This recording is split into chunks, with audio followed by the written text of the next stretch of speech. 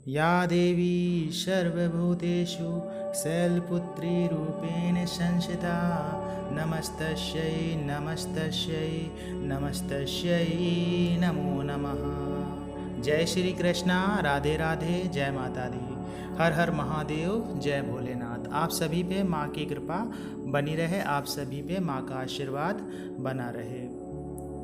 नवरात्रि के दिनों में हम माता रानी की पूजा करते हैं, माँ को स्थापित करते हैं, मैया के लिए हम व्रत रहते हैं, अपने घर में सुख शांति के लिए पूजा अर्चना करते हैं। नवरात्रि में साधना का भी बहुत विशेष महत्व होता है। नवरात्रि में जो हम साधनाएं करते हैं उन साधनाओं में सफलता बहुत जल्दी मिलती है। और सबसे बड़ी बात ये होती है कि जो शक्तियां होती हैं उन्हें नियम तोड़ने की छूट होती है। नवरात्रि में शक्तियों को नियम तोड़ने की छूट होती है और नियम तोड़ के वो आपके पास में आ सकती हैं और आप से वो पूजा स्वीकार करते हैं, देखती हैं कि आप किस तरह से उनका स्वागत कर रहे हैं, आप किस तरह से उनके लिए भोग अर्पित कर रहे हैं, आप किस तरह से उनके लिए दीपक जला रहे हैं। तो ये सारी चीज़ें देवियाँ आती हैं और आपकी पूजा अर्चना देखती हैं और उसको स्वीकार करती हैं। तो नवरात्रि में साधना का बहुत विशेष महत्व होता है। अब जैसे आप साधना करने बैठते हैं, जैसे बहुत सारे माताएं बहनें हैं या व्यक्ति हैं जो नवाड़ मंत्र की साधना करते हैं नवरात्रि में। तो नवाड़ मंत्र में आपको पता ही है माँ सरस्वती का आशीर्वाद रहता है, उसमें माँ लक्ष्मी का आशीर्वाद रहता है, माँ काली का आशीर्वाद रहता है। तो नवाड़ मंत्र में तीनों देवियों का आपको आशीर्वाद मिलता है। तो आप जब भी नवाड़ मंत्र का जप करते हैं तो उस मंत्र की जो ऊर्जा होती है वो बहुत तेज़ी से आपको मिलती है। उस मंत्र का जो आशीर्वाद होता है या उस मंत्र से जुड़े जो भी देवियां हैं वो अपना आशीर्वाद बहुत तेज़ी से देते हैं और बहुत ज़्यादा फलदायी हो जाता है जब आप इस मंत्र का जाप नवरात्रि में करते हैं। नवरात्रि में जब इस मंत्र का हम जाप करते हैं तो हमारे अंदर जो तपोबल होता है उसमें बहुत तेज़ी से वृद्धि होती है। हमारे मन में जो विकार होते हैं वो धीरे धीरे करके ख़त्म हो जाते हैं। मन के विचारों को जब आप शांत करके मंत्र का जप करते हैं तो जो देवी देवता है उसे तुरंत स्वीकार कर लेते हैं और आपको उस मंत्र की सिद्धि भले ना मिले लेकिन आप अपने जीवन में उस मंत्र का चमत्कार अवश्य देखेंगे और वो धीरे धीरे आपको इस बात का अनुभव जीवन में होने लगेगा कि आपके जीवन में कुछ ऐसे बदलाव हो रहे हैं जो साधारणता नहीं हो सकते थे।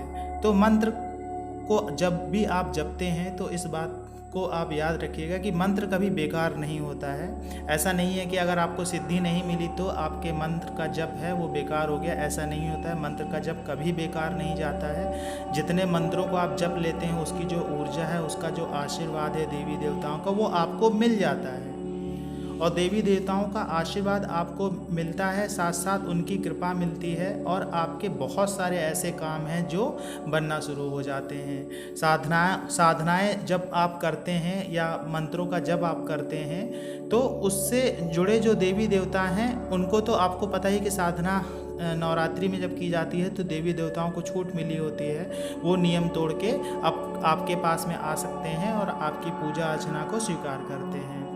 अब क्या होता है कि जैसे कुछ व्यक्तियों के दिमाग में ये सवाल आता है कि क्या हम और दूसरा कोई सात्विक मंत्र इन नवरात्रि में जप सकते हैं? तो बिल्कुल आप जप सकते हैं। बहुत सारे ऐसे सात्विक मंत्र होते हैं जैसे ओम नमः शिवाय हो गया, ओम नमो नारायणा हो गया, कोई भी सात्विक मंत्र है आप साधना के रूप में उसको जप सकते हैं। आप 11 माला कर सकते हैं तो 11 माला करिए। जितना सामर्थ्य है, जितना सामर्थ्य से आप अच्छे से कर सकते हैं उतना आप मंत्र का जाप कर सकते हैं। जैसे आप सुबह ब्रह्म मुहूर्त में 11 माला कर सकते हैं तो उसका भी आपको फल मिलेगा। और फल जो है देखिए क्या होता है, कभी कभी जब भी आप संकल्प लेके ज़्यादा जप नहीं कर सकते हैं तो आप नित्य जप करना शुरू कर दीजिए। नित्य जप का अर्थ ये होता है जैसे एक माला आप कर सकते हैं तो एक माला करते रहिए। कभी कभी समय का अभाव होता है, आप लोग मंत्र साधना नहीं कर पाते या साधना करते हैं तो आपको उतना ज़्यादा महत्व नहीं दे पाते हैं, साधना को समय नहीं दे पाते हैं, तो आप नित्य रूप से मंत्र का जप कर सकते हैं। तो नवरात्रि में जैसे आप साधना के रूप में किसी मंत्र का जप करना चाहते हैं तो वो भी बहुत ज़्यादा फलदायी होता है।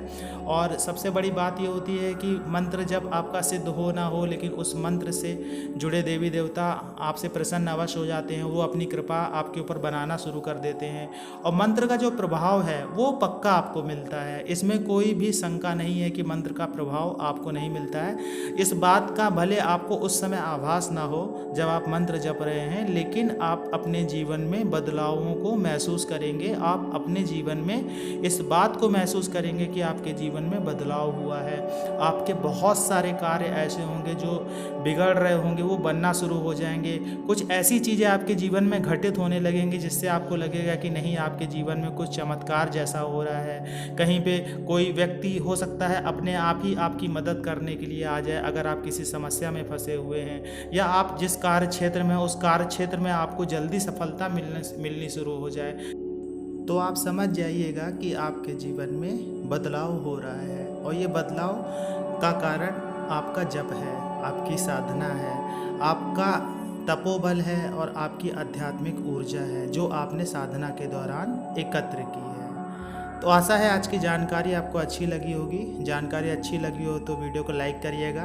कमेंट्स में जय माता दी, जय श्री कृष्णा, हर हर महादेव, जय भोलेनाथ लिखिएगा। मिलते हैं आपसे अगले वीडियो में नई जानकारी के साथ में। तब तक के लिए आपको नवरात्रि की बहुत बहुत शुभकामनाएं।